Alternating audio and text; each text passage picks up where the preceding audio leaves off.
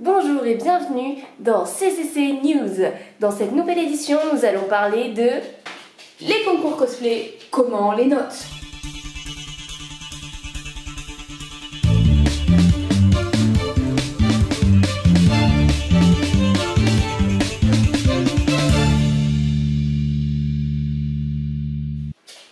Alors, quand on fait un concours cosplay, d'ailleurs si vous ne savez pas ce que c'est un concours cosplay, vous avez le lien de notre vidéo qui explique comment ça se passe.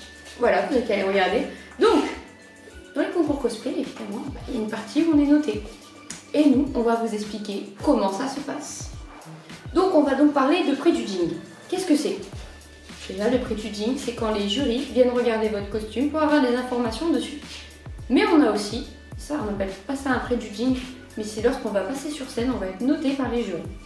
Donc, qui c'est du coup qui organise ça? Ben, les jurys. Les jurys, qui c'est? Des cosplayers. Ça peut être des gens qui organisent tout simplement le salon, des photographes, des invités. Des invités comme costumières, ce genre de choses. Et ces personnes-là vont du coup attribuer une note à votre costume et en fonction de la note, vous pourrez gagner ou pas. Donc, il faut savoir que du coup, cette chose se fait autant sur un concours en individuel qu'en groupe. On va donc commencer par le prejudging, qui consiste du coup à noter votre costume. Il faut savoir que les jurys vont utiliser une sorte de grille de notation. Celle que je vais vous donner est à peu près universelle. Il faut se dire qu'il faut à peu près remplir les points, donc c'est 7 points importants. Déjà, la notation du costume, du coup. La ressemblance avec votre personnage. Oui, vous devez ressembler à votre personnage, c'est le but. Donc, tout est pris en compte. Le maquillage, la tenue, est-ce que vous avez la wig, est-ce que vous avez les bonnes chaussures, est-ce que vous avez les accessoires qu'ils portent. Tous ces points-là vont être notés.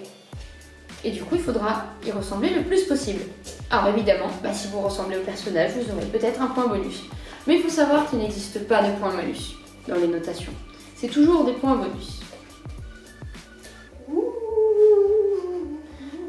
Un chien volant.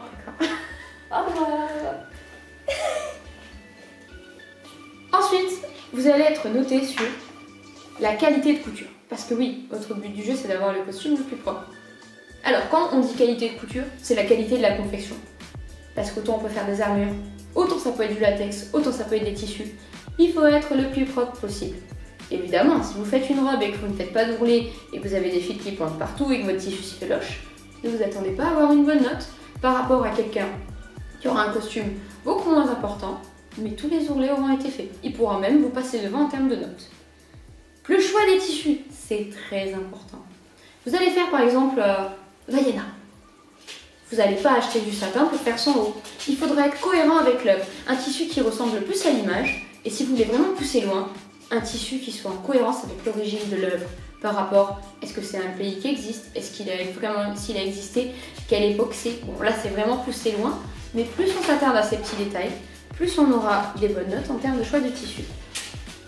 Ensuite, on aura la difficulté du costume. Naturellement, si vous avez un costume composé d'un pantalon et d'un t-shirt face à une énorme robe remplie de froufrous, de broderie, si on doit noter ce point-là, on va donner plus de mérite à la robe, parce qu'il y aura plus de travail. C'est tout à fait normal. Et dernier point, la mobilité. Et là, vous dites, la mobilité, c'est très important. Si vous n'arrivez pas à bouger avec votre costume, alors là, vous n'aurez pas ces points. Pourquoi? Parce que la prestation est aussi importante qu'un costume, souvent. Et si vous ne pouvez pas bouger, vous perdez des points. Imaginez, vous faites une grosse armure, mais vous n'êtes pas capable de lever les bras. Vous ne ressemblez donc pas à l'image de référence. Vous faites une robe magnifique, mais le corset est un peu trop fermé et vous ne pouvez pas trop bouger, c'est pareil. Donc c'est des points où il faut prendre en compte. Il faut vraiment essayer de remplir tous ces critères pour avoir du coup une meilleure note en termes de costume. Mais le concours ne s'arrête pas là. Et on va aussi noter la prestation. Vous savez, la prestation, c'est cette petite scène qu'on fait devant tout le monde, où on fait d'ailleurs ce que vous voulez. Évidemment, il faut respecter certains critères, pas de racisme, pas d'insultes.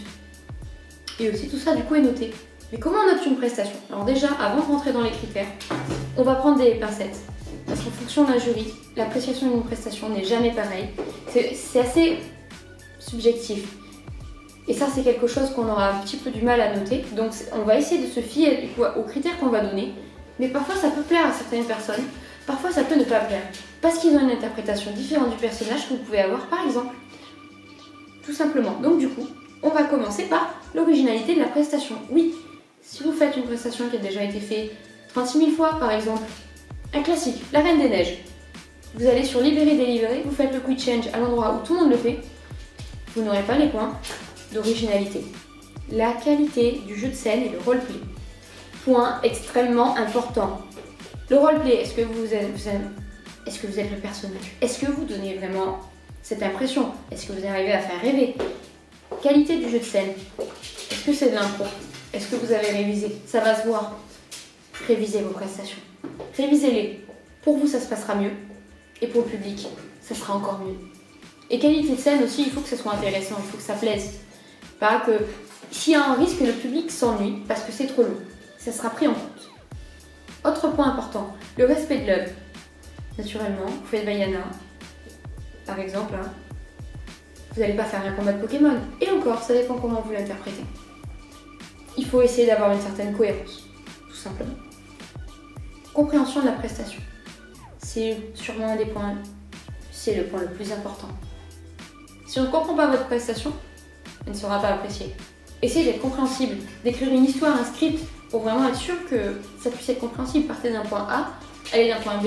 Si vous avez un doute, demandez tout simplement conseil aux gens de votre entourage. Et vous pouvez même contacter des cosplayers un petit peu connus ou un peu moins connus qui pourront vous donner leur avis. N'hésitez pas à contacter des gens pour demander les avis ou même aller sur les forums prévus pour ça. Les gens feront un plaisir de vous répondre. Et ça vous aidera du coup à être bien sûr que votre prestation est compréhensible. Et dernier point, la réalisation de la prestation. Comme on disait, le point A, un point B, est-ce qu'on voit que ça a été écrit, réfléchi? Est-ce qu'il y a des accessoires? Est-ce que les accessoires sont cohérents? Est-ce que vous faites est intéressant? Ça sera vraiment tous ces points à prendre en compte. Ensuite, je vais ouvrir une petite parenthèse, parce que beaucoup de gens pensent que oui, les concours cosplay, dès qu'il y a une armure, ils vont gagner. Non, c'est faux. Faire une armure, en tout cas pour moi, est déjà plus compliqué et plus dur de gagner. Pourquoi? Comme on l'a vu, on note la prestation et le costume. Donc si une armure gagne, c'est parce qu'elle a fait un travail très propre et qu'elle a fait une bonne prestation. Mais sachez que les costumes, tout simplement couture, sont tout aussi redoutables face à l'armure. Imaginez 177 heures de broderie.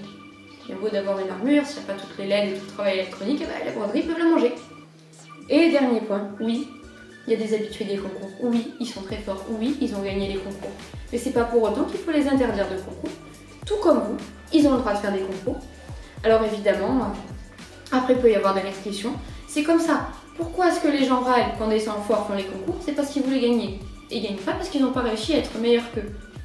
Donc au lieu de râler, relativisez, retroussez vos manches et faites un meilleur travail. Et sur ce, je vous dis bonne soirée.